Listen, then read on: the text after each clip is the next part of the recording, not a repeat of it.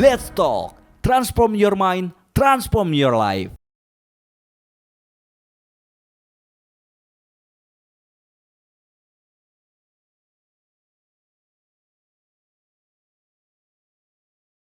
Assalamualaikum warahmatullahi wabarakatuh. Halo Sobat Learner, selamat datang di WRE Learning Center.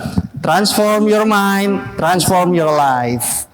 Sebuah ruang berbagi pengetahuan, pengalaman, dan inspirasi seputar pengelolaan sumber daya air dan pembelajaran berkelanjutan. Bersama saya Giandi Verniawan Pamungkas dan rekan saya. Halo, saya Nurmalita. Balik lagi nih di WRE Learning Center. Di pagi hari ini kita akan bahas topik-topik menarik, yaitu tentang apa Mas kira-kira pagi ini? Kita pagi ini mau bicara ada contingency plan, habis itu turunannya ada lagi business continuity management system, agak sulit ya. Terus setelahnya ada lagi ESG, apa kaitannya dari tiga hal itu nanti kita bahas bareng-bareng. Oke, selain itu di video-video WRE lain ada pembahasan lainnya yang bisa teman-teman cek atau scroll di video-video sebelumnya, ada terkait SDM, terkait bendungan dan lain sebagainya. Jadi kalau teman-teman masih perlu knowledge yang lain, boleh dong share yang lain, video-video lainnya ya. Nah, di hari ini sebagai wujud komitmen PJT juga kita melakukan pembelajaran sepanjang hayat sekaligus membangun kesadaran bahwa air itu bukan hanya sebagai sumber kehidupan, tetapi juga sebagai sumber ilmu dan juga sumber untuk masa depan. Seperti yang udah Mas Gian disampaikan ya Mas, bahwa hari ini kita akan bahas terkait CP atau contingency plan dan juga tentang BCMS dan ada kaitannya tentang ESG. Nah, hari ini kayaknya kita nggak mungkin berdua aja nih ya Mas. Iya, betul. Hari ini kita ada kedatangan tamu yang sungguh-sungguh luar biasa ya Mas ya. Namun kayaknya sebelum itu seperti biasa, apa ya namanya? Mungkin culture-nya PJT ya. Iya. Kalau nggak dimulai dengan pantun, kayaknya bukan PJT banget gitu ya. Jadi kita mau izin pantun dulu buat teman-teman semuanya. Mohon cakapnya ya, Bapak Ibu semuanya dan teman-teman yang menonton. Oke, pagi cerah burung bernyanyi. Cakep. Angin sepoi bikin semangat. Cakep. Yuk mulai obrolan penuh inspirasi. Semoga podcast ini bermanfaat. Oke, cakep. Memang ahlinya ini. Terima kasih teman-teman. Oke, untuk mengefisiensikan waktu, sekarang mungkin kita langsung tengok aja nih. Udah ada Boleh. siapa di sebelah kita nih Mas? Di sebelah kita yang pertama ada Bapak Edi Timbul Hardianto, akrab dipanggil dengan Pak Edi. Kemudian ada Pak Timotius Kevin Pardede, biasa dipanggil Pak Kevin. Mungkin secara singkat Mbak Nurma, dari Pak Edi dulu kali ya, Oke, backgroundnya seperti apa? Oke, mungkin untuk Pak Edi bisa koreksi apa kalau misalnya ada yang kurang tepat nih Pak. Jadi kalau dari CV yang kita dapetin, Pak Edi Timbul Hardianto saat ini merupakan LSPMR asesor ya Pak ya. Nah beliau punya banyak banget experience, nanti bisa teman-teman cek di bawah ya untuk experience-nya, dan untuk kelas education-nya itu beliau sudah bersekolah di Master of Business Administration MBA in General Business dan juga Master in Finance Science di Drexel University Philadelphia, PA USA ya Pak ya. Oke, keren banget. Ya, USA beda. Biasa jadi kayak baru saya gitu. Nah, Oke, selanjutnya satu lagi. ada pembicara yang kedua yang tadi sudah Mas Gian disampaikan, juga ada Pak Timotius Kevin Pardede yang biasa disebut dengan Pak Kevin. Beliau merupakan Vice President Director dari PT RAP Asia Consulting dan experience-nya juga sudah tidak diragukan lagi, banyak juga seperti Pak Edi. Dan untuk kelas education-nya beliau bersekolah di BINUS University, mengambil Master of Information System Management dan juga Universitas Kristen Indonesia Master of Management. Begitu mungkin ya untuk review singkat dari pembicara kita di siang hari ini. Mungkin kita langsung sapa ya Mas ya. Iya, boleh. Oke, halo selamat pagi. Selamat pagi, Mas Kevin. Fun fact, Mas Kevin ini adalah asesor untuk sertifikasi ya. Saya dulu sertifikasi sama Mas Kevin ini. Saya juga. Untuk lulus ya. Jadi beliau-beliau ini tuh di PJT 2 role-nya sebagai apa sih Mas? Iya, kalau sebelumnya kan untuk memenuhi APS ya, aspirasi pemilik saham atau pemilik modal 2025, ada mandatory untuk kita menyusun yang namanya contingency plan. Nah, kami PJT 2 itu dibantu oleh bapak-bapak ini. Ada satu lagi ya Pak, sebenarnya Pak Andi Pak ya. Andi Toviana. Pak Andi Toviana. Nah, untuk menyusun contingency plan secara end to end ya, termasuk juga BCMS-nya itu dibantu oleh bapak ini. Oke, jadi karena beliau-beliau ini merupakan seorang expert di bidangnya, jadi kita di sini akan bahas terkait CP dan juga terkait BCM di pagi hari, atau teman-teman nontonnya boleh pagi, siang, sore, malam ya, bebas. Nah, kita akan bahas sedikit terkait CP, BCM dan juga ESG mungkin ya kaitan dengan kedua hal tersebut. Jadi buat teman-teman kalau misalnya ada pertanyaan boleh taruh di kolom komentar. Mungkin nanti kalau Pak Edi dan Pak Kevin lihat boleh nanti dibalas ya di kolom komentarnya. Oke, mungkin kita next masuk ke pembahasan kali ini ya Mas ya. Kita akan masuk dulu ke pembahasan terkait apa nih Mas? Oke, yang pertama mungkin dari contingency plan dulu ya Pak, atau kita akrab disebutnya sebenarnya CP. Boleh di secara apa ya, kulitnya dulu ya Pak, sebelum kita ke daging-dagingnya. Contingency plan itu sendiri apa sih Pak? Ya, sebetulnya contingency plan itu kan bagian dari manajemen risiko. Jadi pada dasarnya manajemen risiko itu merupakan, mestinya harus kita lihat sebagai alat bantu pencapaian gitu ya. Artinya dalam segala hal itu kan kita tidak selalu mulus dalam mencapai capaian. Ada yang namanya ketidakpastian. Nah, ketidakpastian itu kemudian kita namakan sebagai risiko. Nah, risiko itu bisa terjadi, bisa tidak terjadi. Kalau terjadi bisa kecil, bisa besar. Nah, mungkin kalau kita bicara mengenai contingency plan, itu berarti kita bicara mengenai risiko yang besar. Nah, kemudian kalau kita sebagai BUMN sebetulnya diberi kesempatan. Kalau terjadi ketidakpastian, adanya contingency plan itu berarti kita diberikan semacam hak untuk memulihkan ketidaktercapaian. Itu kira-kira. Manajemen risiko pada dasarnya juga sama, hanya bicara mengenai yang kecil, simpangan-simpangan kecil. Nah, batasnya apa sih disebut kecil? Disebut itu batasnya risk appetite sebetulnya. Jadi selera risiko itu adalah risiko yang bisa kita terima. Otomatis berarti kita dianggap mencapai hasil. Tetapi kalau misalnya ternyata simpangannya lebih besar dari appetite misalnya, berarti kita dianggap tidak mencapai hasil. Nah, sama dengan tadi, kalau kontingensi kita dibolehkan melakukan pemulihan misalnya, kalau manajemen risiko kita diizinkan melakukan mitigasi. Kira-kira seperti itu Pak Gandhi dan Bu Nurma. Nah, jadi kalau gini tuh, bahasa singkatnya sebenarnya manajemen risiko itu dia ngurusin yang risikonya tadi udah dibilang ya, dampaknya itu kecil, probabilitasnya tapi besar. Jadi artinya bisa sering terjadi. Itu kita hadang dulu tuh dengan manajemen risiko. Nah, untuk risiko yang dampaknya katastrofik, kemudian probability-nya kecil, nah itu sering kita nggak aware. Betul. Itu sering kita tuh lepas gitu.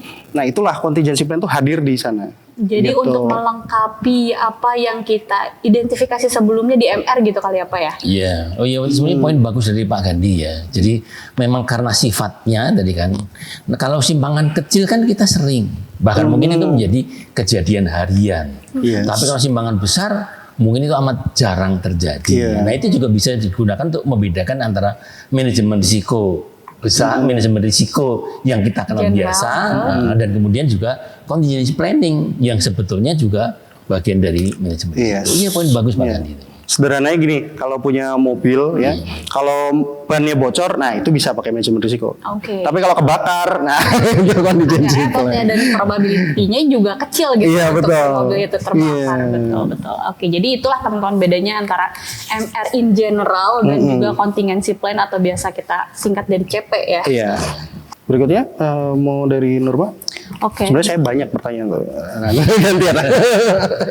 Nah, untuk penyusunan contingency plan sendiri nih Pak, biasanya tuh kan tadi dari business as usual itu biasanya kita kelola dari MR in general. Nah, ketika terjadi sesuatu yang tadi simpangannya besar dengan probability yang kecil, itu kan kita baru masuk nih ke CP. Nah, untuk mengidentifikasi CP sendiri itu biasanya atau menyusun CP-nya sendiri itu biasanya seperti apa sih Pak langkahnya? Ya, sebenarnya kekuatan manajemen risiko itu ada di proses identifikasi.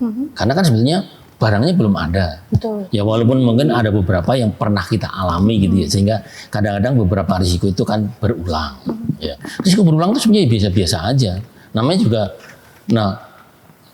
identifikasi itu biasanya akan mudah kalau kita ya sebenarnya mengikuti standar biasa aja ya. Manajemen itu harus terstruktur. Makanya biasanya kita akan membuat semacam peta proses bisnis. Nah kalau peta proses bisnis kan kita tahu kan arahnya dari mana menuju kemana.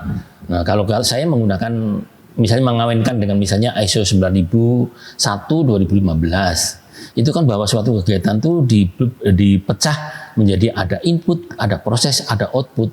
Nah risiko bisa terjadi di antara ketiga ini. Inputnya salah, prosesnya salah, atau outputnya salah. Nah itu menolong proses identifikasi. Nah setelah kita membuat peta-peta proses bisnis itu, otomatis kita akan tahu di mana-mana yang kira-kira bisa menjadi, ya kalau di CP namanya parameter kedaruratan. Nah nanti biasanya kita menggunakan stress test. Ya tadi yang dikatakan Mbak Gandhi tadi, bahwa kalau biasa-biasa itu sering terjadi, tadi dampaknya kecil. Nah kalau contingency itu jarang terjadi tapi dampaknya besar. Nah biasanya kita bisa menggunakan model statistik untuk mencari mana sih yang memenuhi syarat itu, yang kalau CP kan berarti kejadiannya jarang tetapi dampaknya besar. Nah itu nanti akan menjadi potensi dari parameter kedaruratan. Nah, itu kita kerjakan dengan stress test biasanya. Untuk identifikasinya sendiri gitu Pak, apakah ada kategori risiko yang biasanya khusus diidentifikasi dalam contingency plan ini atau seperti biasa gitu? Ya memang sebetulnya kalau Bapak dan Ibu yang di BUMN sudah ditentukan oleh kementerian ya bahwa menganalisa risiko itu menggunakan dua cara. Yang satu adalah pendekatan idiosinkretik ya atau risiko unik pada perusahaan. Tetapi juga di samping ada idiosinkretik, kita juga diharuskan untuk membuat analisa portfolio. Nah, mereka menamakannya market shock gitu ya. Artinya kalau market shock tuh kita semua mengalaminya gitu ya. Makanya biasanya kalau saya menyarankan sih kalau idiosinkretik ya Bapak dan Ibu petakan aja proses bisnis kita. Misalnya kalau seperti jasa cerita itu kan ya kita menemukan bahwa kita punya reservoir air yang bisa digunakan untuk apa saja. Nah, itu kan nggak dipunyai oleh perusahaan lain. Nah, idiosinkretiknya adalah itu. Tetapi kalau market shock, ya walaupun kita punya air, ya untuk apa? Kalau misalnya di luar krisis orang nggak mampu beli gitu ya. Jadi air kita juga nggak terjual. Nah, itu dialami oleh hampir semua perusahaan. Nah, itu cara kita menganalisa. Itu akan kelihatan daripada waktu kita memetakan proses bisnis. Maka anjuran saya memang kalau Bapak dan Ibu memulai manajemen risiko, idealnya memang harus memetakan proses bisnis. Yang pertama sulit, tapi kalau misalnya udah jadi hanya tinggal mengubah-ubah aja kalau ada perubahan bisnis proses. Nah baru nanti kita tanya kalau kita sudah punya proses bisnis membentuk struktur. Nah kemudian kita akan tahu ambang ya BUMN mempunyai ambang ya. Ambang yang paling dasar adalah appetite. Nah kemudian naik sedikit mungkin namanya toleran. Nah kemudian yang berikutnya ya parameter untuk contingency planning atau risiko ekstrim, batasan ekstrim gitu. Nah, batasan ekstrim itulah yang kita cari dengan stress test. Jadi si idiosinkretik itu dalam arti misalkan di PJT 2, ya hanya di PJT 2 aja dia terjadinya gitu ya Pak? Iya Pak. Unik gitu ya? Namanya idiosinkretik itu padanan katanya adalah unik. Unik. Hanya dialami oleh perusahaan tertentu atau mungkin pemilik kegiatan tertentu aja. Karena dalam suatu perusahaan juga banyak kegiatan. Itu barangkali juga bisa kita temukan bahwa hanya dialami bagian tertentu saja misalnya. Itu namanya idiosinkretik. Berarti intinya antara satu perusahaan dan perusahaan lain ketika dilakukan idiosinkretik ini tuh akan memiliki hasil yang beda-beda ya Pak ya?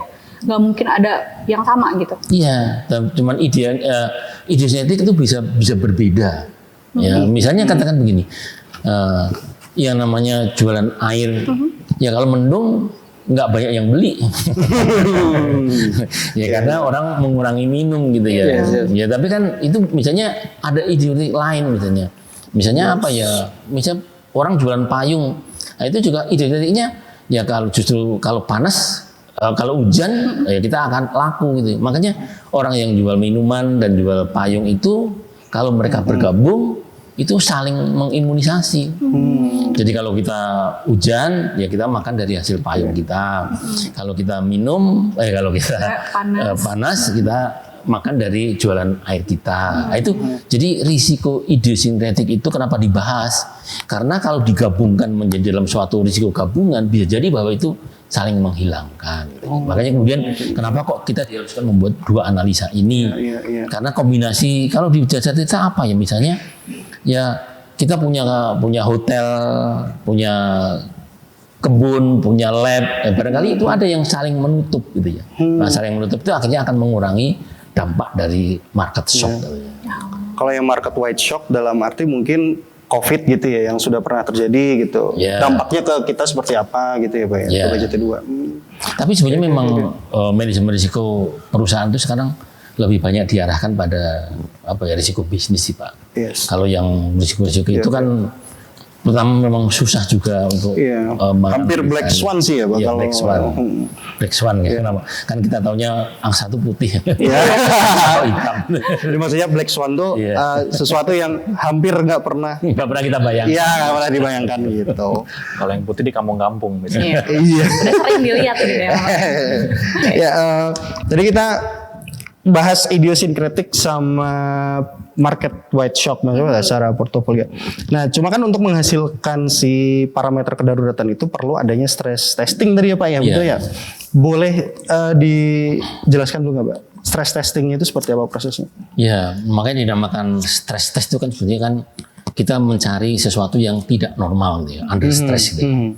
Nah, under stress itu biasanya diwarnai oleh tadi Pak Giandi. Jadi sesuatu yang jarang terjadi tapi dampaknya sangat besar. Atau boleh dibilang itu abnormal gitu ya, abnormal. Nah, biasanya setiap ya mungkin kita bilang mungkin parameter operasi itu kan punya ciri sendiri-sendiri gitu ya. Tapi yang paling banyak itu sebenarnya ciri operasi itu adalah tunduk pada hukum normalitas gitu ya. Kenapa? Karena kejadiannya sering. Nah, kalau kejadiannya sering itu biasanya dia tunduk pada hukum normalitas. Tandanya apa sih hukum normalitas itu? Ya, kita bisa orang pernah mencoba gitu ya, bahkan mereka kemudian menemukan bahwa jatuhnya itu pasti rata-rata. Ya, cuman ada yang menyimpang kurang, ada yang menyimpang lebih.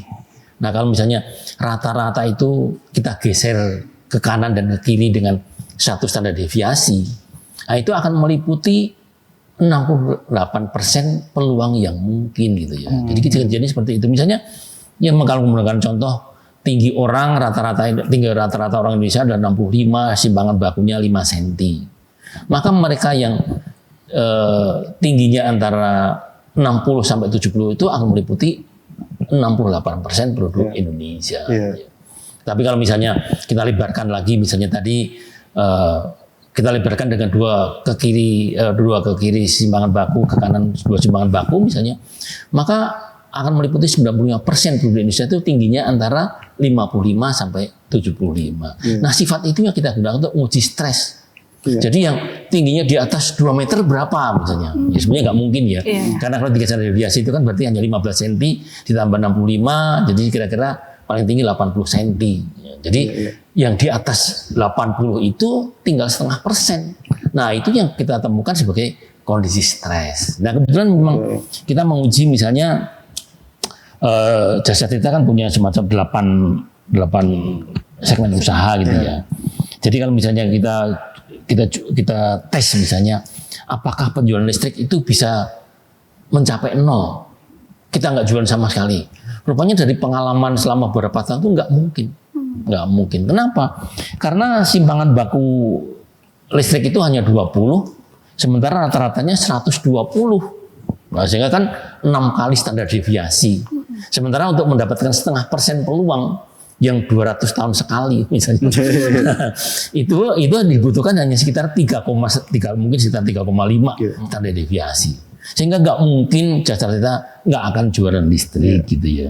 Tetapi misalnya segmen lain misalnya usaha lainnya itu cepat sekali mencapai stres. Ya kenapa? Karena rata-ratanya hanya 5.000 misalnya, tetapi simpangan bakunya 6.000. Nah, jadi sebenarnya stres itu kira-kira seperti itu. Jadi ada beberapa yang kebanyakan bisa kita uji dengan hukum normalitas, tapi beberapa harus dengan distribusi lain. Misalnya apa? Ya kalau tadi misalnya pembangkit rusak. Nah pembangkit rusak itu kan adanya hanya 2 peluang kan, rusak atau tidak rusak. Nah itu berarti nggak bisa pakai normal kita. Biasanya kalau seperti itu kita menggunakan binomial distribution. Ya karena kita punya mesin kan ada populasinya misalnya gitu, punya 6 pembangkit. Tetapi ada beberapa yang bahkan tidak punya populasi misalnya. Kalau seperti komponen pelanggan misalnya. Nah, komponen pelanggan itu kan kita nggak pernah tahu berapa banyaknya gitu ya. Tapi tiba-tiba datang. Nah itu juga ada distribusi yang lebih cocok daripada binomial misalnya. Itu biasanya kita menggunakan distribusi Poisson. Nah titik ekstrim itu ya barangkali kalau operasi barangkali beberapa hari yang kita tangani dengan kontingensi. Beberapa kontingensi bahkan sudah baku misalnya terbuku dalam apa yang disebut sebagai mungkin Pak Kevin ya lebih tahu ya BCM itu misalnya. BCM itu kan juga sebenarnya untuk menangani kondisi yang sangat ekstrim gitu yang kita temukan dalam dengan suatu stress test kira-kira seperti itu sih. Oh, nah jadi gini, enggak. Jadi ini teman-teman kalau mau latihan bisa sih sebenarnya Pak ya, mau latihan sendiri. Kumpulin data historisnya. Nah nanti dia tuh akan menjadi outputnya itu seperti bell curve itu ya Pak ya. Jadi distribusinya tuh lonceng gitu, grafiknya lonceng. Nah yang dimaksud Pak Edi tadi standar deviasi dari yang di titik tengah itu rata-ratanya tuh. Nah semakin ke samping itu standar deviasinya, ada satu standar deviasi, berikutnya. Nah titik ekstrimnya adalah di ekornya tuh, yang di sebelah sini sama sebelah sini, gitu ya Pak ya. Nah itu teman-teman perlu latihan, memang perlu latihan. Kemudian kalau yang binomial itu untuk kejadian yang dia ya dan tidak, gagal atau berhasil, seperti itu ya Pak ya. Harus latihan dong buat manajemen risiko di unitnya gitu. Nah untuk menghadapi itu gimana ya Mbak ya menurut Mbak? Betul, tadi udah disinggung sedikit sih sama Pak Edi ya bahwa untuk menangani hal-hal ekstrim tadi sebetulnya bisa kita recover di BCM atau Business Continuity Management. Nah, di sini juga udah hadir bersama kita tadi ya Pak Kevin. Pakarnya nih. Betul, ahlinya teman-teman di bidang BCM. Jadi mungkin kita singgung, cuman sebelum kita masuk lebih dalam kita tanya permukaannya dulu kali ya. Boleh. BCM itu tuh apa sih Pak Kevin? Ya, sebenarnya sih gue dipikir-pikir masih banyak yang lebih hebat ya pakar daripada saya ya. Nah jadi gini Mbak, jadi gini Mas ya. BCM itu basically itu ya ketika lagi ada insiden ya seberapa cepat kita dapat memulihkan operasional kita. Nah, itu BCM ya. BCM itu kita bicara always the worst case scenario ya, skenario yang terburuk ya yang bisa meruntuhkan perusahaan. Nah itu seberapa cepat kita bisa dapat pulih. Selain itu konsep BCM itu kurang lebih sama seperti konsep DMR ya. Kita sama-sama menunjung tinggi itu kita meng-create and protecting value ya. Dan kita melindungi kepentingan dari para stakeholder. Setelah itu kenapa kita butuh BCM ya? BCM itu sebenarnya adalah bagian integral daripada perusahaan yang memang sudah harus diterapkan sejak perusahaan itu dibangun ya. Jadi misalkan sedang ada kebakaran ya, sedang ada huru-hara ya, gempa bumi ya dan lain-lainnya yang itu bisa meruntuhkan suatu bisnis, BCM ini berfungsi untuk memulihkan fungsi bisnis kritikal tersebut. Resilience ya. Memang BCM ini memang masih di Indonesia ini tergolong masih cukup langka ya. Ini kan hanya beberapa perusahaan besar yang sudah menerapkan ini dan memang seterusnya mengingat kita juga sudah ada Perpres ya, Perda BUMN dan peraturan dari BP dan Tentara walaupun BP BUMN lainnya dan sudah ada. Itu menjelaskan bahwa BCM itu Financial Contingency Plan beserta hierarkinya ya. MR itu sangat penting di dalamnya ya. Dan itu tidak bisa bagian yang tidak dapat dipisahkan. Jadi memang BCM ini kalau tergolong dibilang penting sangat kritikal ya. Karena kita harus bisa berusaha memulihkan fungsi bisnis kritis yang ada di perusahaan. Contohnya nih ya, kalau misalkan kita berkaca kepada PJT 2 ya, yang dimana waktu itu kita kan melakukan assessment bareng ya. Di sini itu kan yang paling kritikal adalah turbin contohnya ya kan, bendungan. Nah, contohnya kalau misalkan kita memulihkan bendungan, kalau bendungan itu hancur kira-kira mungkin atau enggak? Tidak mungkin kan. Tapi makanya itu dia, BCM itu selain dia juga diizinkan untuk memulihkan hal-hal yang kritikal, dia itu juga harus mengerti posisinya di mana ya. Apakah itu bertabrakan dengan kepentingan dari perusahaan lain ya, dan itu tidak boleh. Makanya itu untuk perkembangan berikutnya, BCM itu harus diintegrasikan dengan ISO-ISO lainnya, dengan peraturan-peraturan lainnya. Contohnya seperti aset manajemen, yang sudah mungkin saat ini teman-teman tahu, sudah diimplementasi juga ya, di PJT2 ya. Jadi dia itu sebagai salah satu antisipasi untuk menyentuh yang namanya batas waktu maksimum pemulihan, dan satunya itu untuk mencegah yang namanya single point of failure. Nah, jadi single point of failure ini ya, kita masih ke dalam konteks BCM ya, adalah satu titik yang dapat menyebabkan suatu layanan itu menjadi mati ya. Contohnya kayak gini ya, ini saya punya 2 handphone ya kan. Kalau saya punya 1 handphone, ya berarti single point of failure saya ya karena saya punya 1 handphone. Karena di sini saya ada m-banking, ya kan? Nah, kalau misalkan saya punya 2 handphone, apakah itu menjadi single point of failure? Tidak, karena saya punya backup. Ya, itu membedakan. Nah, begitupun juga sama seperti di PJT2, ya kan? Dia punya PLTA pembangkit banyak kan? Nah, kalau misalkan dia mati 1, yang lain masih bisa jalan kan. Tapi yang menjadi critical single point of failure sekarang adalah dari bendungan. Ya, bendungan terus mesti kita jaga. Ya, cara kita jaga itu adalah dengan kita menerapkan ISO-ISO lainnya yang itu nanti akan menjadi integrasi daripada BCM yang sudah berjalan di perusahaan. Kurang lebih seperti itu. Nah, ya single point of failure itu kurang lebih kalau di kita juga jantung nih. Kalau bisa jantungnya ada 2 gitu ya Mas. Kalau satu mati, jantung yang lain. Gitu. Iya. Jadi perusahaan itu oke lah, mungkin dia bisa growth-nya kencang gitu ya Pak ya Mas ya. Tapi ketika dia ada krisis, apakah dia bisa balik gitu? Jadi si definisi resilience itu kan juga apakah dia bisa menjadi seperti pegas gitu ya. Ketika dia ditekan ke bawah oleh krisis atau mungkin kalau koneksinya dengan contingency plan tadi ya Pak, hasil stress testnya itu bisa balik nggak? Nah, mungkin di situ perannya si BCMS gitu ya. Iya. Memang si BCM ini stress testnya dia agak unik ya. Yes. Kadang harus kejadian itu terjadi baru. Kalau misalkan berhubungan dengan finansial kita kan bisa pakai forecasting. Kan? Kalau BCM ini harus something itu harus kejadian dulu. Baru kita bisa kira-kira ini kapan kita bisa pulih kan. Nah makanya kalau di BCM itu ya, kalau di BCM itu kita itu kadang tuh harus bisa melakukan yang namanya pembaharuan secara normal ya kan. Kita dari normal itu harus melakukan simulasi ya kan. Simulasi terus menerus ya kan. Contohnya IT harus pulih dalam waktu 3 jam. Kira-kira dalam 3 jam itu di stress test sistem kita matiin, dia bisa pulih lagi nggak dalam waktu 3 jam. Nah kayak gitu, we never know until we know. Apa kan kalau BCM. Jadi poinnya tadi tuh single point of failure sama kecepatan ya. Waktunya itu yang jadi kecepatan. Buat recovery-nya ya. Yes, seberapa cepat. Kalau boleh kita bilang itu kenapa waktu supaya kita bisa menentukan waktu itu cepat atau enggaknya, kita tanya ke pemimpin perusahaan, kira-kira Bapak Ibu bakal teriak-teriak kalau misalkan critical business ini mati berapa lama? Nah kayak gitu, ya kan? Terus saya jadi dejavu waktu ini assessment. Kalau dites nih. Cuman emang ini sih pertanyaan yang sepele ya menurut saya. Kalau bisa dilihat dari tadi antara CP sama BCM itu dua-duanya kan menggunakan stress test ya. Iya. Ketika melakukan stress test itu stres nggak sih?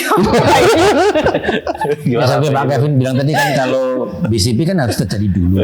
Nah untungnya keuangan itu kan ada akuntan yang menciptakan serangkaian laporan keuangan. Sehingga kita punya banyak rasio-rasio. Nah misalnya dengan tahu parameter ini kita bisa menghitung rasio. Nah sehingga dan itu saling berhubungan. Nah itu enaknya keuangan itu aja sebenarnya. Sehingga kita bisa menaksirkan kalau ini terjadi kira-kira berapa lama kita bisa memulihkannya. Itu kalau keuangan lebih mudah. Forecastingnya lebih mudah. Toolsnya udah. Jadi misalnya, kenapa kok kita nggak liquid ya? Ya terang aja kalau nggak liquid. Uang rasio penjualannya lebih banyak penjualan kreditnya. Ya pantesan kamu nggak liquid. Karena umur piutang kita terlalu panjang misalnya. Itu ya enaknya keuangan. Jadi nggak perlu menunggu. Coba kita nggak usah nagih. Bedanya tapi di situ ya. Iya. Untungnya kita punya rasio-rasio itu tadi. Iya, cuma sayang kalau kita nungguin, masa ya nungguin gempa gitu. Tapi tahu. Makanya Makanya itu kalau di BCM itu juga ada sebutnya tuh early warning assessment, early warning system. Ya. Yang dimana kita sudah harus menyiapkan beberapa ranking infrastruktur. Kalau misalkan memang pegawai PJT2 ini ya dia di kantor pusat nggak bisa digunakan, dia tuh punya alternate site yang bisa digunakan, ya kan.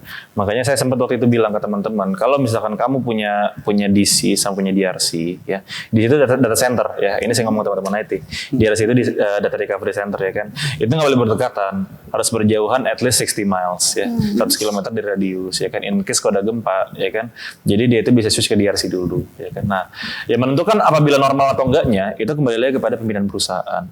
Misalkan apakah kita bisa menjalankan fungsi bisnis di alternate setup, bisa. Kalau misalkan itu bisa, apakah itu bisa dianggap normal atau enggak, itu kembali lagi ke pimpinan perusahaan. Yang bisa menganggap situasi normal itu adalah pimpinan perusahaan, ya. Kalau misalkan kita dianggap 50% pun udah dianggap normal sama pimpinan, nah itu berarti nggak apa-apa, berarti udah normal. Kayak gitu sebenarnya, ya. Apa keputusan tadi tuh masuk ke appetite dari si pemilik perusahaannya sendiri atau dibuat, maksudnya kayak tetap dibikin dulu standarisasi appetite-nya setiap perusahaan? Iya, jadi memang di BCM itu kan ada yang namanya business impact analysis, ya, dan di product and service, ya. Jadi pertama kali kita mengidentifikasi dulu produk-produk yang memang menjadi yang kritikal lah. Tapi kalau bisa semua produk kita identifikasi, ya kan. Nah, kemudian kita menentukan BIA, ya. BIA itu menjadi salah satu penentuan pimpinan perusahaan itu bisa menentukan apabila memang ini kritikal atau enggak fungsi bisnisnya, kan. Nah, setelah itu barulah diselaraskan dengan kebutuhan perusahaan. Kalau misalkan memang sekiranya kita sebutnya itu batas waktu pemulihannya ini lebih kecil daripada ekspektasi di pimpinan perusahaan, ya, itu harus kita besarkan lagi, kayak gitu. Jadi memang itulah kadang yang tadi saya bilang, we never know until we feel it, until we know, ya kan. Nah, kalau bisa kayak gitu. Boleh ini ya Mas, tadi kan udah sempat nyinggung nih BIA ya, Business Impact Analysis. Sebenarnya kalau secara end to end tuh proses BCMS itu dari BIA kemudian apa? Iya, jadi kita itu ada yang namanya itu risk assessment, ya. Setelah BIA kita melakukan risk assessment. Jadi risk assessment ini yang berbeda dengan manajemen risiko, ya. Kita itu mengidentifikasi ancaman-ancaman yang memang itu memiliki likelihood kecil, tapi potensi sekali kejadian sangat besar. Yes. Ya, itu kita mengidentifikasi dulu, nanti kita segregasikan, kita agregatkan kita gabungkan dengan BIA yang memang sudah masuk kriteria kritikal, ya. Cara menentukan BIA itu kritikal atau enggak, kita menentukan kalau perusahaan baru muncul itu, ya, kita menentukan dengan metode Pareto, ya. Metode Pareto itu kita mensortir apa yang harus kita pulihkan, apa yang enggak, ya. Semakin kita diwajibkan untuk memulihkan seluruh fungsi, biayanya akan semakin besar.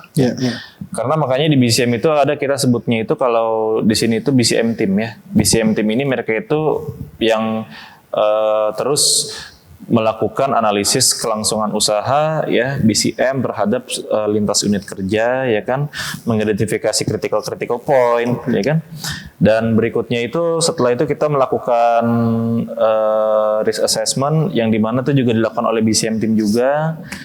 Kemudian setelah risk assessment kita melakukan yang namanya BCS. Nah, single point of failure itu ada di mana? Ada di risk assessment, ya.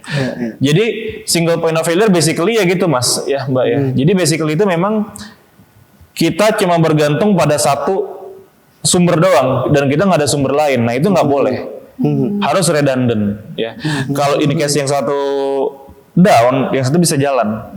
Nah, itu yang harus mesti kita akomodir, ya. Nah, kemudian ada kita masuk ke BCS. Ya, jadi BCS itu di Business Continuity Strategy kita itu mengatur strategi, ya, berdasarkan fungsi-fungsi bisnis kritikal yang sudah kita identifikasi, ya kan. Dari misalkan kalau di BCI itu kita ada kategori A sampai kategori E, ya. Yang kategori A itu mulai dari 1 detik, 1 menit sampai 1 jam, seterusnya 1 jam sampai 23 jam, ya kan, dan nanti juga 1 bulan ke atas. Nah, urgensi daripada BCS ini adalah kita itu ingin mengcapture, ya, bagaimana teman-teman itu kira-kira ketika dalam keadaan insiden mereka itu mau memulihkannya dengan cara apa. Itu kita atur di BCS. Nah, di BCP, biasanya di BCP ini yang jalan nih udah crisis team, ya. Jadi selain BCM team ada namanya crisis management team. Jadi crisis management team ini mereka ini yang jalan itu ketika terjadi insiden, ketika terjadi bencana atau ancaman, ya kan. Ini mereka yang jalan, ya. Kalau misalkan cara mereka jalan gimana, ada namanya cascade leveling ya, cascade leveling dari siaga insiden level 1, level 2, level 3. Nah, kalau siaga insiden ini misalkan ada terjadi ancaman namun belum mempengaruhi unit-unit kerja ya, yang kritikal itu belum mempengaruhi.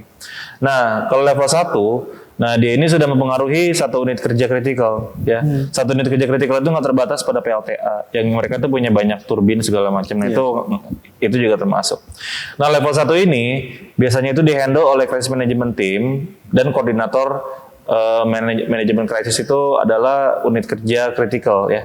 Nah, itu biasanya mereka yang handle. Nah, level 2 ini udah dihandle sama biasanya itu BOD-1, tapi itu kurang lebih dia itu geraknya itu kalau di PJT2 itu di divisi MR. Nah, kalau di level 3 itu 50% sampai 100% unit kerja kritikal itu terpengaruh semua, itu bisa dihandle sama direksi. Nah, itu yang membedakan metode yang ada di PJT2 dengan yang lain. Mungkin kalau di tempat lain tuh ada gangguan eskalasi insiden bencana BCM tim nyala ya kan, sebenarnya nggak boleh seperti itu, harus ada melalui beberapa tahapan proses, karena jika kita terus melakukan hal seperti itu ya di BCM tim ya terhadap eskalasi tim tersebut ya kan, nggak ada eskalasi, yang ada nanti ujung-ujungnya itu cost-nya sangat besar ya kan, karena balik lagi ya kan, makanya di pedoman BCM punya teman-teman ini saya tuliskan level 1 itu pakai dana anggaran kontingensi plan kan, in case kalau ada insiden. Nah, kemudian setelah itu kenapa BCP ini juga menjadi salah satu hal yang penting di dalam BCMS? Memang dia itu adalah satu framework ya dengan BCM ya, bagian, dan dia itu nanti yang tugasnya itu untuk memulihkan ketika terjadi bencana, yaitu di BCP kayak gitu ya. Jadi memang apakah nanti ada banyak pertanyaan lah, terus kalau gitu ngapain kita identifikasi BCS, terus ngapain kita identifikasi RA, nanti di BCP itu nanti menjadi lampirannya nanti BCA daripada strategi-strategi tersebut nanti ada apa yang harus kalian lakukan, dan itu nanti hanya dilakukan oleh tim-tim unit kerja kritikal.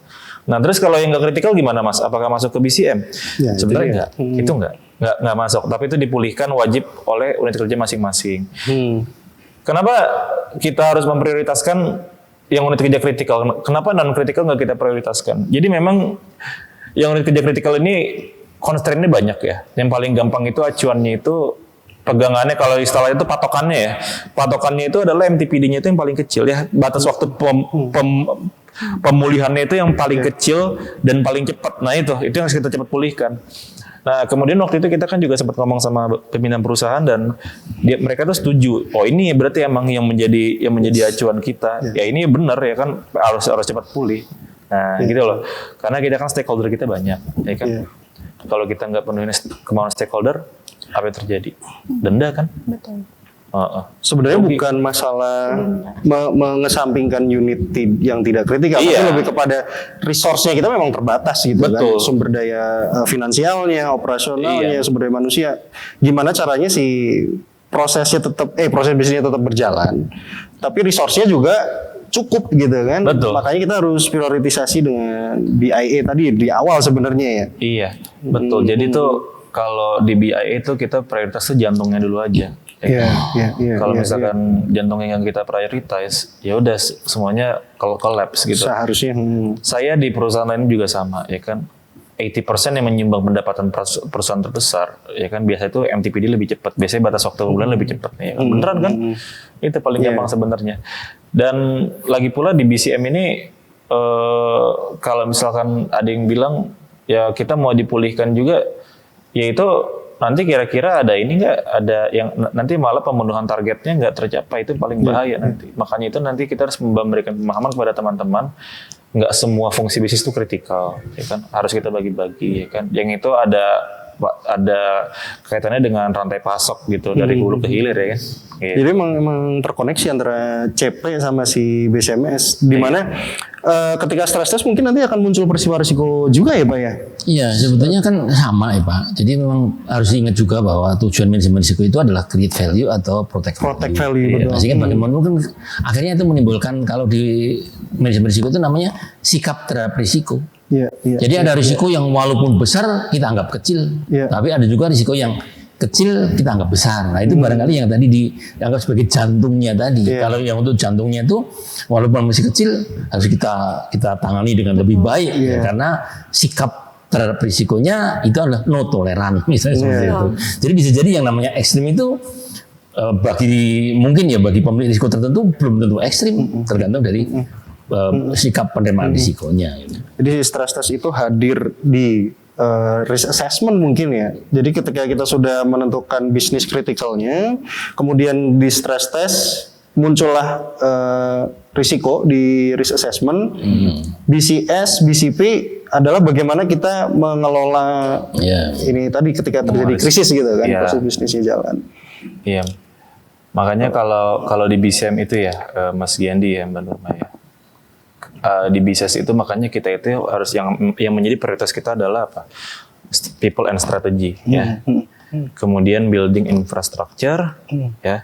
Kemudian IT, supplier, ya vendor, kemudian dan lain-lainnya itu menjadi prioritas kita. Bagaimana kita bisa mengakomodir itu semua supaya kita bisa memulihkan satu fungsi bisnis yang memang terdampak, ya kan? Nah, apakah vendor juga bisa jadi single point of failure? Bisa. Karena mungkin siapa tahu ada vendor dari teman-teman Perum Jasa Tirta yang sangat berkegantungan ya. Dan ketika dia misalkan dia tidak bisa memenuhi kewajiban mereka, ya itu PJT-Do terhambat, fungsi bisnisnya itu nggak boleh. Makanya saya bilang ke teman-teman di perusahaan lain, kalau kamu punya vendor, make sure mereka itu di dalam kontrak itu sudah menerapkan BCM, bukan ISO tapi sudah menerapkan aja sebagai salah satu tanggung jawab dan responsible. Kalau misalkan kamu lagi ada masalah, kamu itu bisa mengakomodir semua masalah kamu itu dengan cepat, kayak gitu. Makanya aku nggak suka sebenarnya sama orang tuh punya vendor tuh cuma tunggal, supplier tunggal.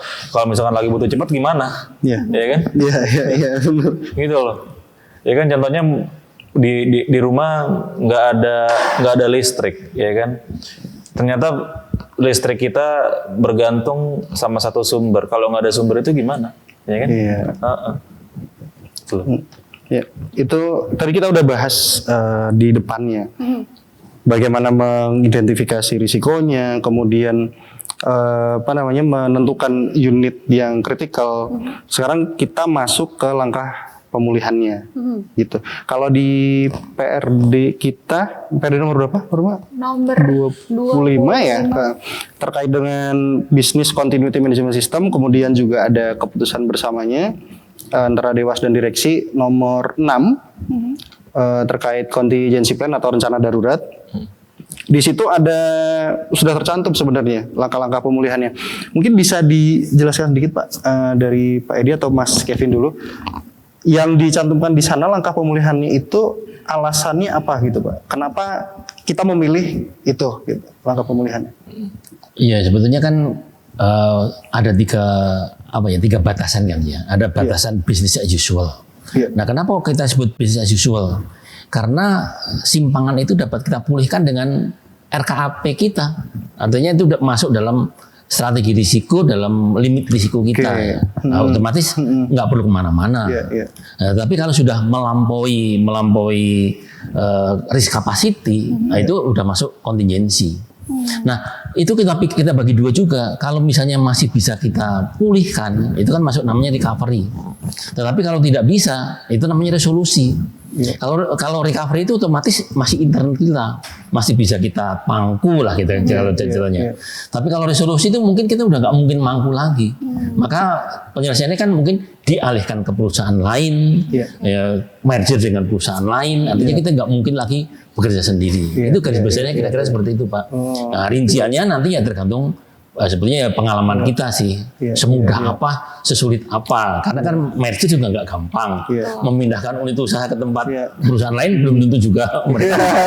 Nah itu yang barangkali memerlukan penanganan lebih panjang. Itu juga diprioritisasi sebenarnya Pak. Mana yang paling mudah dulu, baru berikutnya istilahnya apa ya, last resort lah ya. Paling mudah dan dampaknya besar. Gitu. Makanya kita bagi tadi kan misalnya bisa nggak dengan RKAP kita? Ya kalau nggak bisa nggak ini masih kita usahakan. Misalnya tadi kalau di sini paling gampang tuh misalnya mencairkan semua aset. Gitu. Nah kalau masih bisa. Tapi kalau mencairkan semua aset juga masih belum mungkin. Ya terpaksa resolusi. Iya. Kita minta bantuan pihak lain lah. Ya, kira-kira. kalau bisa jangan sih. Jangan sampai ya. Iya. Tapi memang sebenarnya CP itu kan hanya untuk ditulis ya. Kita berharap itu tidak Jangan terjadi, jangan sampai terjadi. Iya betul. Nah kalau nggak salah juga infonya kalau CP itu perlu dilakukan pembaharuan setiap Iya, tahunnya betul. ya Mas, yang mengikuti dengan situasi atau posisi perusahaan Iya, di iya. tahun ini, misalnya berarti Iya. untuk tahun depan gitu Iya. ya. Nah kalau misalnya boleh tahu nih Pak, berdasarkan kan Pak Edi dan tim ya yang menyusun CP kita di tahun 2025 nih, kalau boleh tahu berarti strategi apa sih yang akan dipakai oleh PJT2 misalnya, nauzubillah nih ternyata tadi yang Pak Edi sampaikan bahwa bisnis as usual kita udah nggak bisa nge-cover ketika peristiwa risiko terjadi gitu, si krisis tersebut terjadi, kita harus ke recovery plan-nya nih. Berarti kita PJT2 mesti ngapain nih Pak? Ya sebenarnya kalau pembaharuan tuh mestinya iya ya, karena kan perjalanan waktu bisa merubah sesuatu gitu ya. Mungkin kita nambah bisnis baru, mungkin kita mengecilkan segmen tertentu. Nah, itu otomatis kan nanti datanya beda. Dan barangkali juga mungkin ada pesaing baru. Nah, sehingga pangsa pasar kita juga beda gitu ya. Tapi intinya sebenarnya ya kita mendapatkan data baru aja. Data baru mengenai parameter transaksi kita. Nah, kemudian ya kita letakkan aja parameter transaksi ini cocoknya kita analisa dengan distribusi apa tadi. Tapi intinya hanya itu aja. Artinya modelnya Bapak Randy bisa kira udah punya gitu ya. Tinggal menambah data dengan memperhatikan perubahan yang ada. Minimal nambah data tahun ini gitu. Ya kalau enggak lebih luas lagi tadi. Memperhitungkan pesaing baru, memperhitungkan yang lain-lain tadi gitu. Jadi tetap diawali dengan stress test berdasarkan data baru. Ya. Terus kemudian apakah langkah pemulihannya masih sesuai, thresholdnya juga masih sesuai gitu ya Pak ya? Iya. Kalau dari kacamata BCMS gimana Mas? Kalau secara mandatorinya kan memang kita setiap tahun BCMS itu harus diupdate kan? Iya. Ya kan? Jadi gini, Mas Giandi Manurmaya. Jadi sebenarnya itu yang harus diupdate itu adalah BIA ya. Iya. BIA itu paling penting ya. Dan produk-produk yang baru itu wajib kita masukkan ya, wajib kita testing. Ya. Wajib kita testing dalam artian itu kita harus melakukan simulasinya ya. Simulasi ini RTO yang dituliskan tercapai atau enggak ya. Itu dilakukannya gampang ya, bisa tabletop, bisa full simulation ya kan. Iya. Nah, kalau di BCM itu ya terkait dengan strategi pemulihan itu kan kita sebenarnya kan based on BCS ya. Based on BCS itu kan ada beberapa poin yang penting ya, dari kategori A sampai kategori E, yang dimana dalam kategori tersebut ada yang namanya replikasi ya, diversifikasi, mirroring ya kan. Nah, jadi sebenarnya kalau di BCMS apakah mandatory setahun sekali? Ya kalau misalkan mau disertifikasi mandatory Mas. Iya, iya. Ini kan PJT2 kan roadmap ini kan BCMS kan mau disertifikasi nih. Oh iya dong. Sudah nah mau nggak mau ya, dalam kita memproseskan untuk sertifikasi ya kita juga harus sudah melaksanakan simulasi ya kan, melakukan training ya, kesiapan sumber daya, mengidentifikasi sumber daya yang kritikal ya. Kita juga harus dapat melakukan sebuah stress testing dari segi kebencanaan yang itu bisa dikaitkan dengan contingency plan sebenarnya ya. Karena di pedoman BCMS pun di ketentuannya saya juga sudah tuliskan ketentuan contingency plan masuk ya. In case kalau misalkan memang ada insiden dan itu butuh anggaran contingency makanya masuk. Nah, stress testing di BCMS itu memang kadang itu yang menjadi pertanyaan kita kan, kenapa harus kejadian dulu? Kenapa kita nggak bisa mengira, nggak bisa mengkuantifikasi dulu? Kita bisa mengkuantifikasi kerugiannya mungkin bisa Mas, itu bisa ya kan. Apabila fungsi bisnis nggak bisa jalan, kita bisa mengkuantifikasi betul. Tapi yang menjadi isunya adalah kerugian itu kan bisa lebih besar, bisa lebih kecil, ya kan? Tergantung kerusakan. Makanya yang harus disiapkan itu adalah early warning detection ya, EWS ya, early warning system ya. Kemudian kita juga harus melakukan penguatan infrastruktur. Ya, apakah penguatan infrastruktur itu susah atau enggak? Sebenarnya mudah susah ya, karena itu juga ada ISO-nya tersendiri yang nanti itu harus saya bisa bilang tadi itu harus diintegrasikan dengan pedoman BCMS. Karena kan pada dasarnya kan PJT2 ini kan dia kan pengelola, bukan pemilik, ya kan? Dan PJT2 ini kan dia kan perum, bukan PT kan? Jadi kita nggak bisa diversifikasi bisnis kan? Nah, PJT2 ini selaku sebagai pengelola, dia diberikan akuntabilitas dan responsible gimana caranya ada insiden bendungan ini nggak roboh kan. Iya, iya. Intinya gitu kan. Iya. Itu bisa dilakukan memakai ISO tertentu yang contohnya seperti aset manajemen ya. Nah, aset manajemen, yang manajemen mutu ya kan.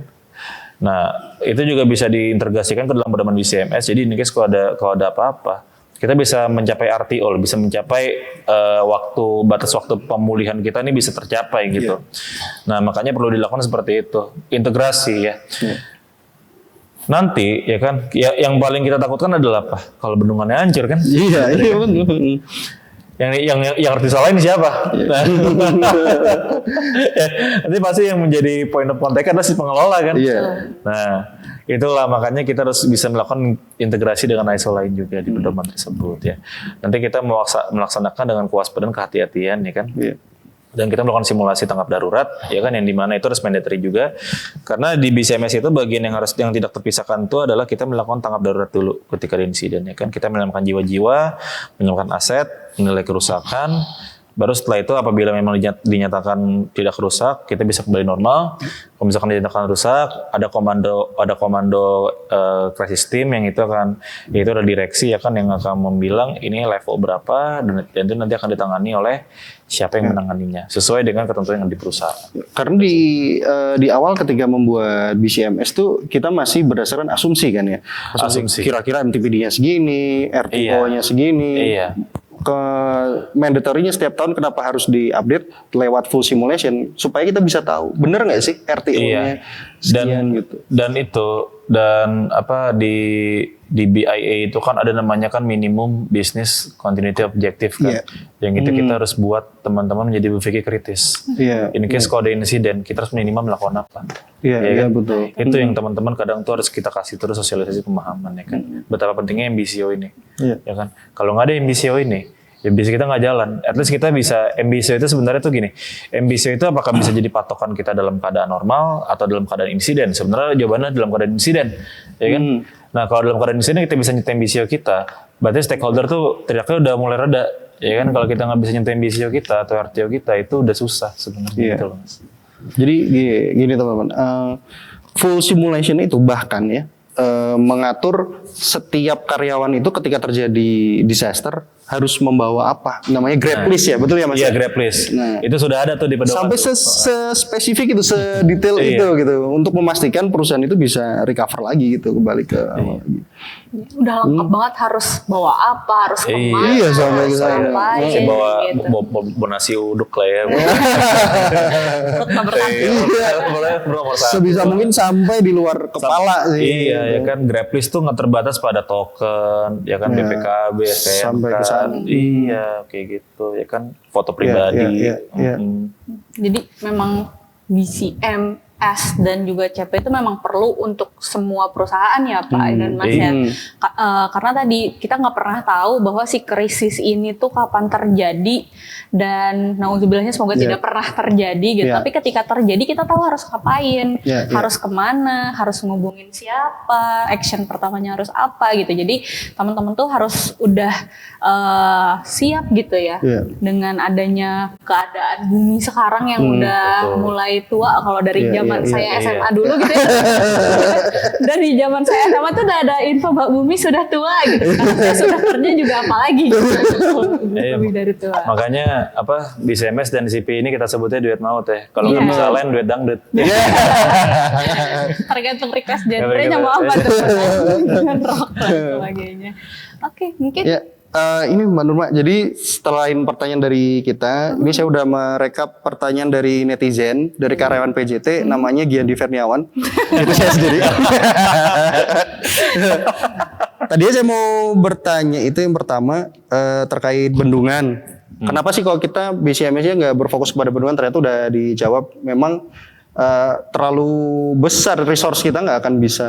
Iya, dan lagi pula gini Mas, bendungan itu adalah single point of failure kita sebenarnya. Karena titik tunggal kita kan, kita nggak punya bendungan lain yang dapat mengakomodir kan. Turbin-turbin kita di situ semua. Makanya selagi single point of failure ini kita tahu nih, itu kan titik tunggal. Berarti there is something that we must do gitu. Kita harus menguatkan infrastrukturnya. ya kan, melalui yang tadi saya bilang apa namanya aset manajemen tuh, ISO kan udah PJT 2 pasti. Cuma in case terjadi krisis ya mau nggak mau harus kita eskalasi karena resource kita nggak. Betul. Betul. Beda sama manufaktur ya Mas. Kalau manufaktur kan sebenarnya di PJT 2 itu bendungannya nggak cuma satu. Ada pertama Jatiluhur, ada Jati Gede, ada Karian, ada Wais Kampung. Cuma mereka nggak satu jaringan gitu. Iya. Mereka punya jaringannya masing-masing. Beda dengan manufaktur, ketika satu pabriknya kebakar, pabrik lain bisa supply gitu ke demand yang ada gitu kan. Seperti Karena itu. kan turbin-turbin kan di situ semua kan. Yes. Iya.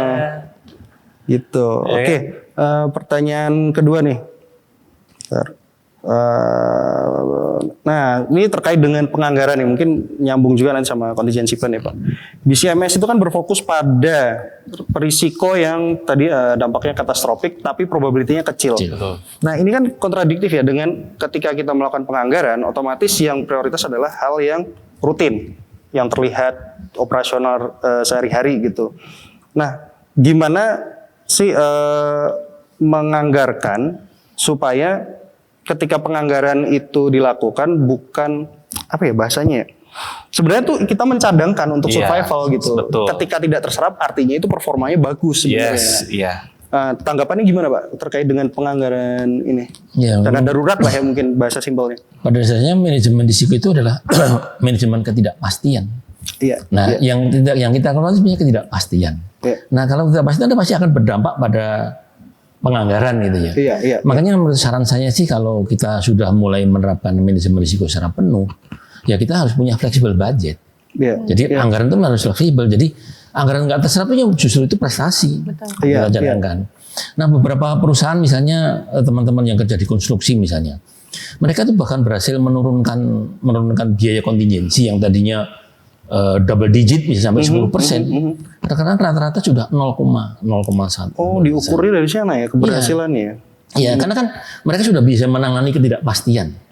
Nah, sehingga dampak yang terjadi itu menjadi lebih kecil karena sudah terbiasa dan tahu celah-celahnya di mana mau perbaikinya. Oke, mungkin let's say kita di awal identifikasi atau awal pembuatan CP dan BCMS menganggarkan dana daruratnya tuh 100 M. Besar, iya. Misalkan 100 M. Makin lama pasti makin kecil, Mas. Semakin hari kita perbaiki prosesnya, manajemen risikonya, Iya. makin turun tuh malah bagus gitu sebenarnya. Ya. Nah, itu bedanya antara capacity dan maturity.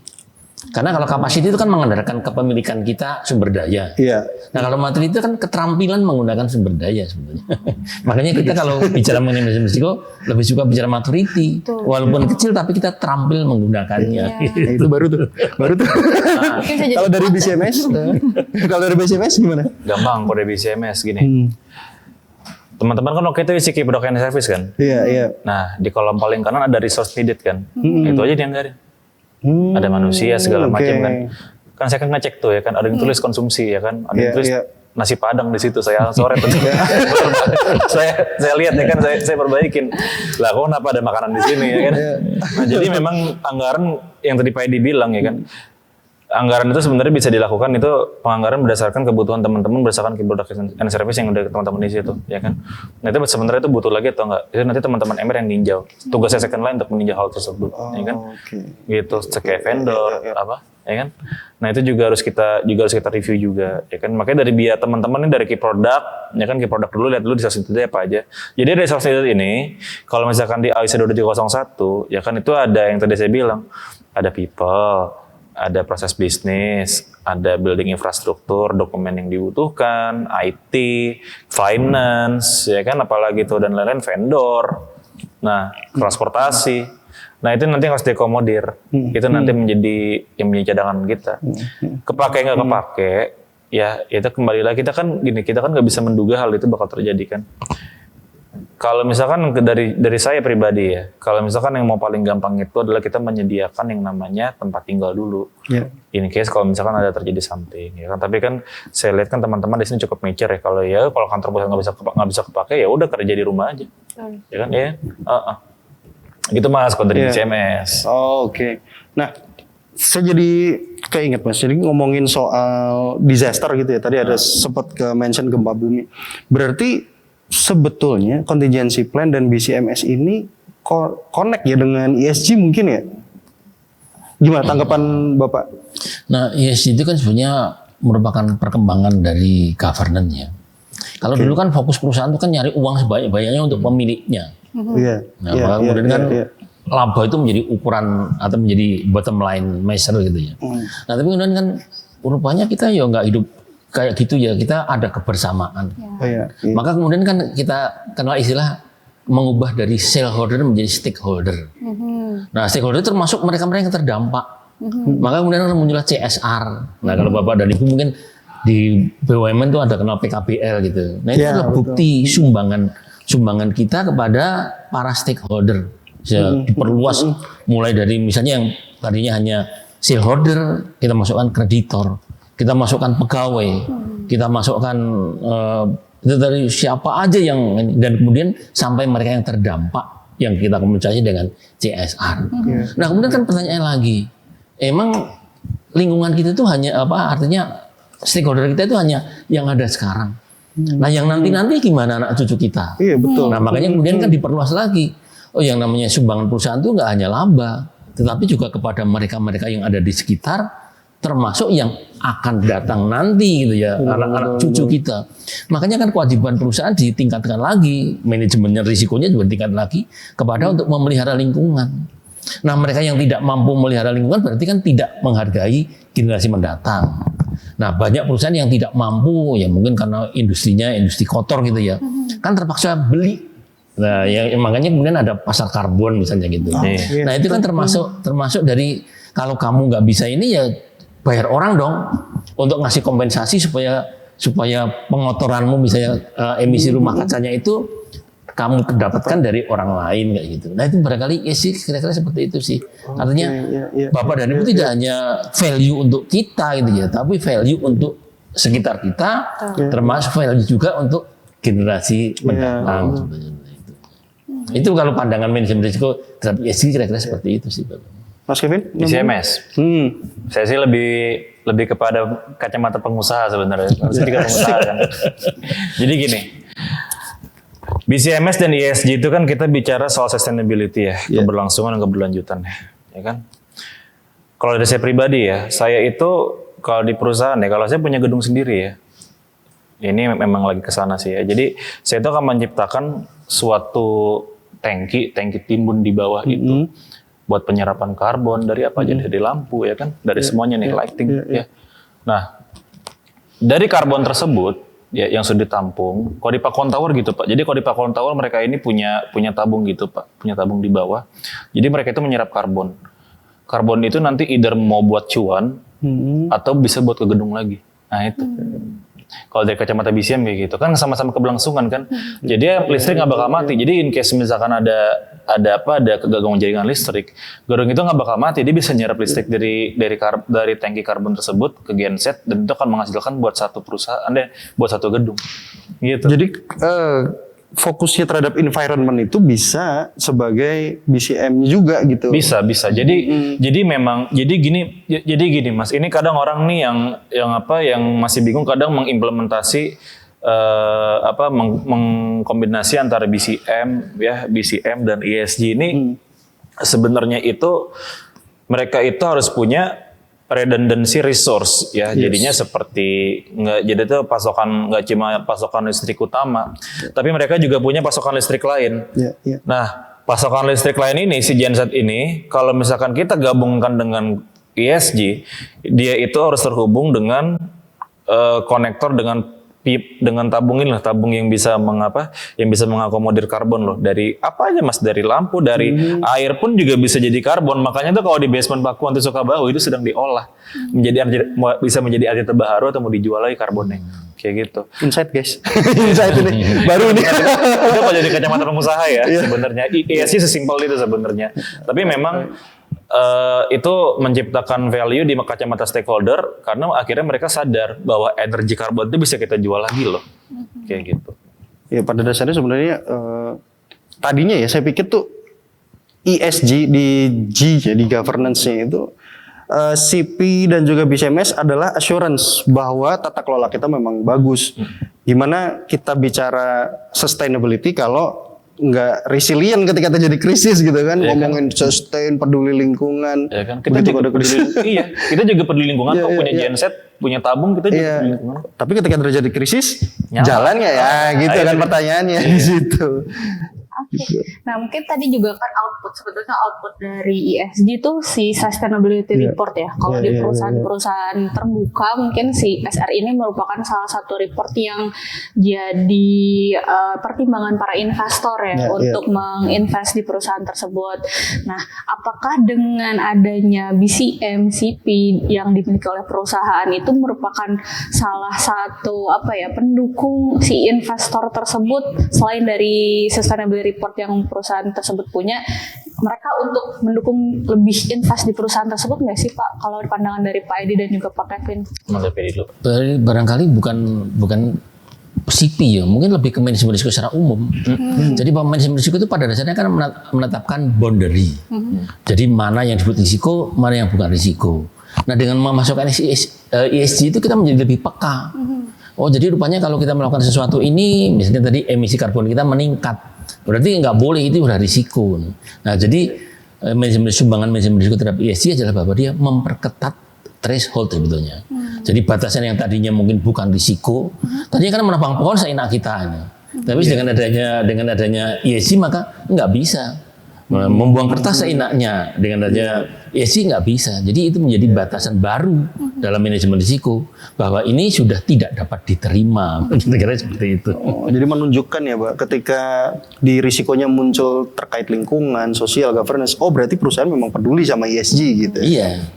Bahkan sekarang kan misalnya OJK juga sudah menerbitkan misalnya POJK tentang green bond misalnya. Bahkan beberapa bank sudah ada namanya, di bank-bank itu sudah ada edaran OJK juga untuk melarang perusahaan-perusahaan yang misalnya kerjanya menebang pohon. Kalau Bapak dan Ibu kebetulan punya danau, punya ini, justru malah kebalikannya gitu. Kami menanam. Iya, malah bisa menjual mereka yang tidak bisa tadi. Jadi Bapak dan Ibu bisa menjual ke perusahaan tambang misalnya yang justru menghamburkan karbon, kalau kita kan memproduksi itu kira-kira. Jadi dia memperkaya atau memperketat threshold batasannya, sehingga yang tadinya dapat kita terima enggak lagi dapat kita terima, yang tadinya bukan risiko menjadi risiko. Otomatis Bapak dan Ibu akan punya sumbangan terhadap generasi masa depan. Iya. Tadi apa tuh pertanyaannya? Sumbangan ini. Kira-kira apa tadi Mbak? Sumbangan. Kalau misalnya dari BCM sendiri ke sustainability gitu lah Pak, secara garis besarnya. Jadi tuh gini Mbak ya.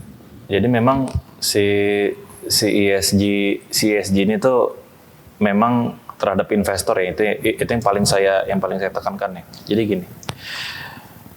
Investor ya, zaman sekarang itu maunya perusahaan nggak mati-mati kan. Keuntungan maksimal sama efisien kan. Iya. Udah tahu mobil hybrid kan? Iya. Itu udah ESG belum kira-kira? ESG dong, ya kan?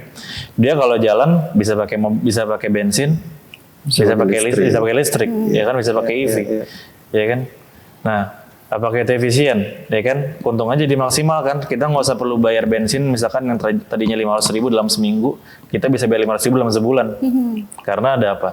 Ada ESG, ada baterai ya kan, hybrid. Nah, seperti halnya juga kalau misalkan di BCMS, ya kan? Di BCMS itu, kenapa dia itu sangat menarik kacamata para investor, ya?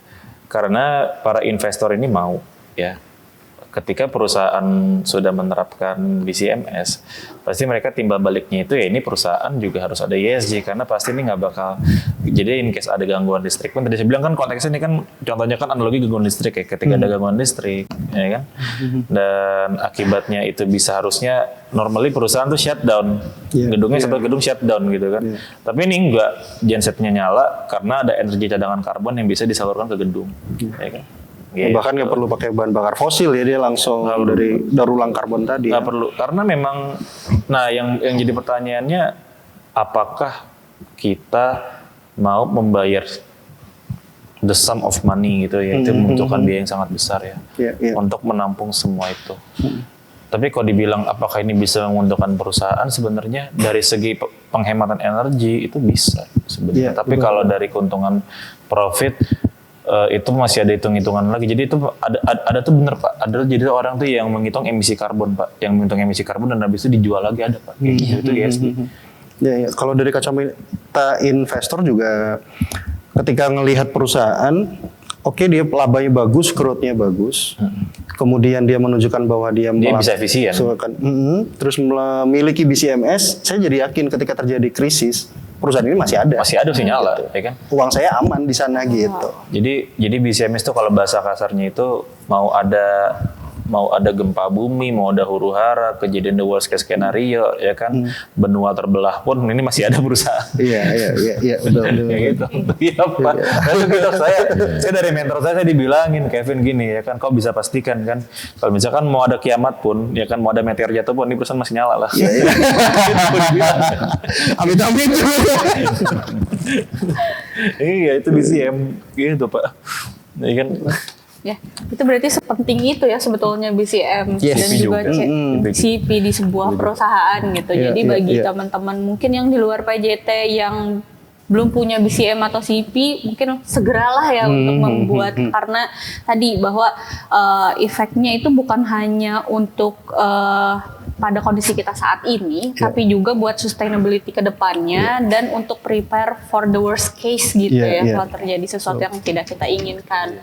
Mungkin nggak kerasa ya Mas ya kalau ada satu lagi sebenarnya sih kesimpulannya. Jadi gini, BCMS dan CP ini kalau misalkan kita analogikan di real life, BCMS kalau CP ini in case kalau misalkan kita ini udah, misalkan kita ya as a human ya, kita sebagai manusia, kita udah misalkan ada terjadi pemogokan kerja, kira-kira CP ini mengakomodir kita tuh punya dana darurat atau enggak.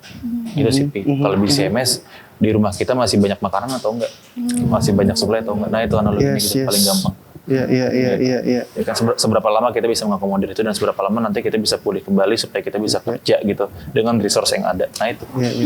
Dan nanti value kan tidak diukur dari uang aja. Dari artinya nanti ukuran keberhasilan perusahaan tuh kalau dulu kan hanya profit. Nah, nanti kan sumbangannya ke orang apa, makanya di people sumbangannya ke lingkungan apa, menjadi planet gitu. Jadi profit people planet itu pas suatu ketika akan menjadi alat evaluasi bagi perusahaan. Mungkin manajemen risiko bisa membantu menerapkan itu supaya kita bisa tahu bagaimana menciptakan nilai, karena memang kan sebenarnya tujuan manajemen risiko adalah create value. Itu guys. Manajemen risiko nggak cuma identifikasi guys, segitunya benefitnya tuh. Mulai dari dan nyari banyak banget hal yang dipelajari sebetulnya di MR itu luas banget cakupannya. Kita belajar dari nggak hanya analisis, identifikasi, belajar statistik pun gitu. Itu mah cuma alat aja gitu. Alat, kemudian menjadi cenayang gitu kan. Ke depan mau kayak gimana nih kita nih, mau ngapain nih kita nih gitu kan. Jadi teman-teman jangan takut buat belajar MR, karena MR itu seru banget, cakupannya luas banget. Jadi jangan ketika aduh MR lagi gitu ya. Kita lagi gitu kan. Terutama benefitnya itu tadi. Jadi create and protect value itu nggak hanya sekedar tagline gitu. Memang dia itu bisa melindungi dan bahkan menciptakan nilai gitu. Betul. Jadi jangan takut teman-teman buat belajar MR dan mungkin tadi karena waktu kita sudah mungkin terlalu lama ya, teman-teman juga nggak kerasa kan bahwa ini sudah mau lanjut makan siang. Oh iya, kita makan siang dulu teman-teman, kita jalan-jalan. Mungkin selanjutnya akan ada vlog dari WRE. Mungkin kita akhiri untuk podcast di hari ini. Bagi teman-teman semuanya, terima kasih banyak sudah menonton podcast dari WRE Learning Center. Terima kasih juga buat Pak Edi, Mas Kevin atas insight-insightnya, termasuk tadi ada karbon guys, bisa diulang itu baru ada tahu. pasarnya gitu kan. Banyak banget lah pokoknya, kayaknya podcast kita hari ini daging semua ya, semuanya itu penting dan nggak boleh teman-teman lewatkan 1 menit pun karena isinya juga penting semua. Jadi mungkin sekali lagi terima kasih buat Mas Giandi sebagai partner saya hari ini, terima kasih Pak Edi dan juga Pak Kevin, terima kasih kepada tim WRE dan juga teman-teman yang udah nonton di podcast WRE Learning Center. Kita akhiri dulu nih teman-teman, mungkin jangan bosan kalau nanti ketemu kita lagi ya di podcast Risk Talk selanjutnya. Kita coba akhiri. Terima kasih banyak teman-teman. Terima kasih untuk menonton podcast ini. Jangan lupa klik like, subscribe, dan komen di bawah pertanyaan-pertanyaan nanti bisa dijawab. Boleh banget untuk tulis pertanyaan di bawah. Nanti kita invite Pak Edi dan juga Pak Kevin ya buat jawab Dan pertanyaan. nomor Pak Kevin juga boleh. Asal jangan ditanya Pak Edi masih Kalau Pak Edi singkat. Orangnya udah putih semua. Iya, oke itu kita coba akhiri. Terima kasih banyak teman-teman. Kita bertemu lagi di podcast WRL Learning Center selanjutnya. WRL Learning Center. Center, transform your mind, transform your life. Terima kasih.